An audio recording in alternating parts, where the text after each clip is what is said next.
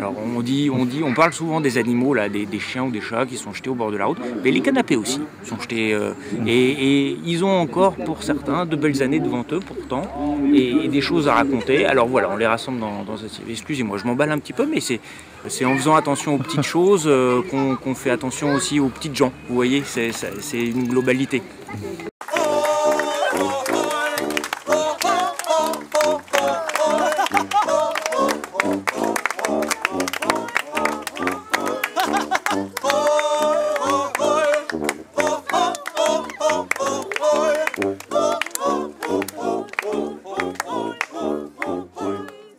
Alors ce spectacle, en fait, il est né sur une route de Vendée avec un entrepôt rempli de vieux canapés, tous usés.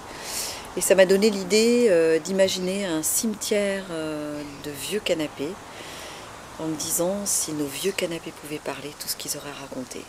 Donc le cimetière, lui, il est ouvert en journée. Le public donc entre librement, se promène dans les allées et écoute les canapés qui racontent leurs histoires, puisque ce sont de vieux canapés dont certains sont sonorisés. Et donc ils monologuent à la première personne en racontant leurs histoires de vie. J'avais comme problème, moi. Et pourquoi il m'avait envoyé chez un psy? J'ai passé 15 ans là-bas.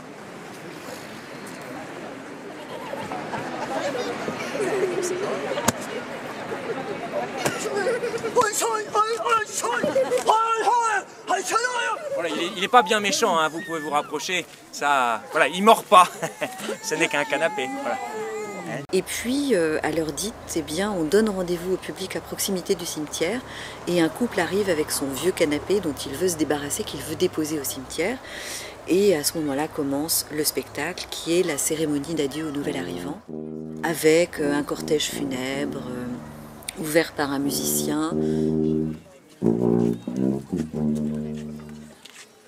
et un hommage au nouvel arrivant au sein du cimetière qui est rendu par ses propriétaires qui se souviennent effectivement de tous les bons moments et les moins bons qu'ils ont pu passer sur ce canapé. Après, on l'a installé dans le garage.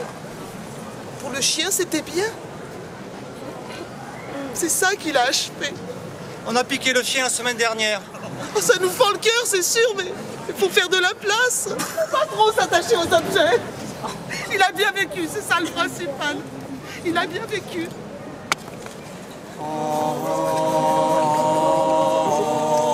Si vous le voulez bien maintenant, vous pouvez commencer à venir déposer une rose sur le défunt, dire un petit mot de consolation à monsieur et madame Cousin qui se séparent aujourd'hui d'un objet cher. Oh, Janine. Janine.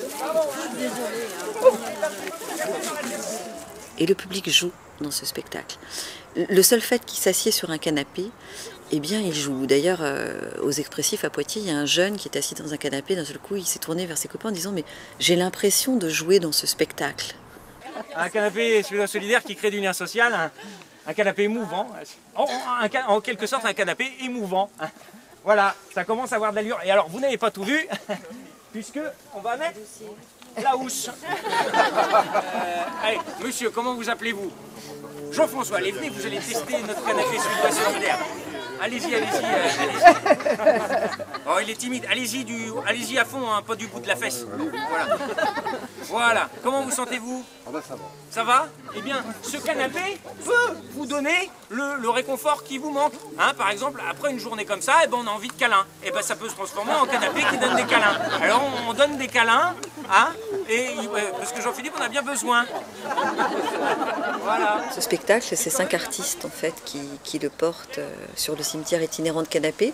Donc le directeur du cimetière itinérant de Canapé, monsieur Jean-Luc Bergot, donc qui ouvre la cérémonie et qui tient lieu de fil rouge tout au long du spectacle. C'est lui qui accueille donc monsieur et madame Cousin qui viennent déposer leur canapé au cimetière.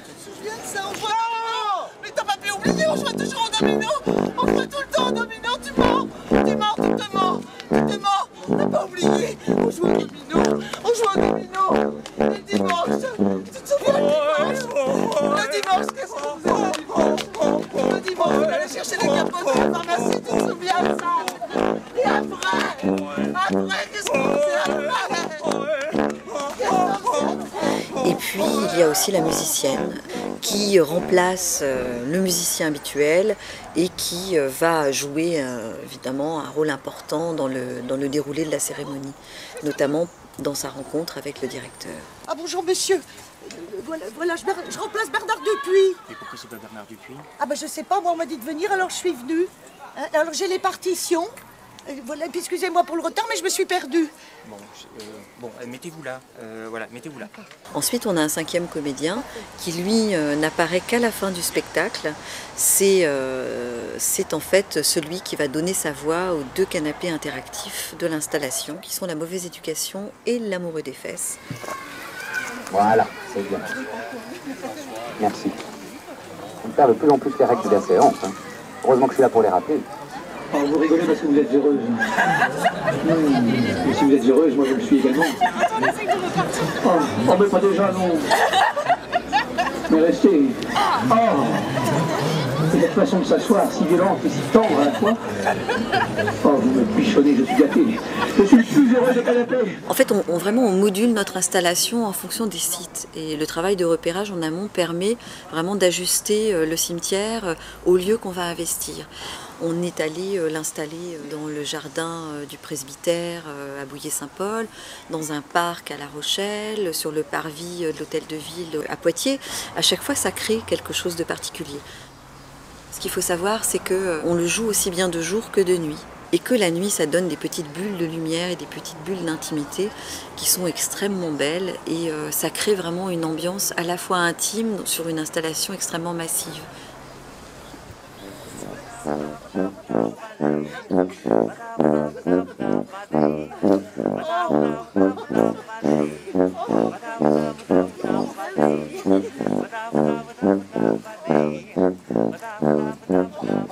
On change le regard du public sur un lieu qu'il a l'habitude de traverser sans nécessairement s'y arrêter. D'un seul coup, on lui propose un arrêt, et un arrêt dans un univers spécifique qu'il ramène forcément à ses propres souvenirs, qu'il renvoie forcément à son intériorité. Et ça, c'est vraiment intéressant. On court de toutes ses forces sans regarder ni à droite ni à gauche, et surtout pas en arrière. Hein. On court de toutes ses forces sans regarder ailleurs, et en fait on tourne en rond, et quand on s'arrête, on regarde autour de soi. Tous les publics peuvent y trouver leur compte, aussi bien les jeunes enfants que les adultes. On peut applaudir Léa qui a été courageuse avec la première. On peut y venir en famille, par exemple, on peut y venir avec sa classe pour les enseignants. C'est vraiment une installation et un spectacle qui s'adresse à tous, réellement à tous. Monsieur Jean-Luc Bergaud, directeur du cimetière de Canapé, porte finalement le propos de la compagnie, c'est-à-dire qu'il explique que ces vieux canapés qui sont réunis là dans un cimetière, eh bien ils sont tous dépositaires d'histoires singulières mais aussi de nos histoires à tous, et que finalement dans ces rassemblements de vieux canapés, on peut tous s'y retrouver, tous s'y reconnaître.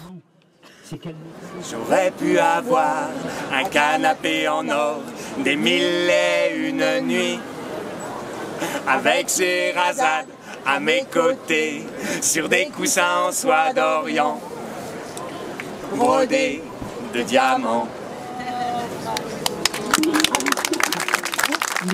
Le public, quand il s'en va, il a le sourire aux lèvres et voilà, il a passé un bon moment et on a partagé quelque chose ensemble, réellement.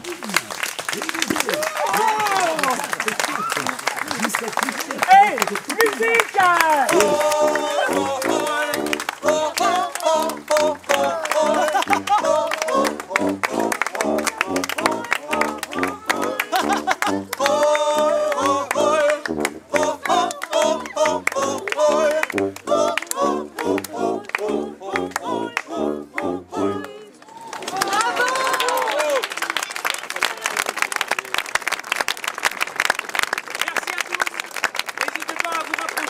C'était pas une blague, on vous sert vraiment une tisane aux chrysanthèmes.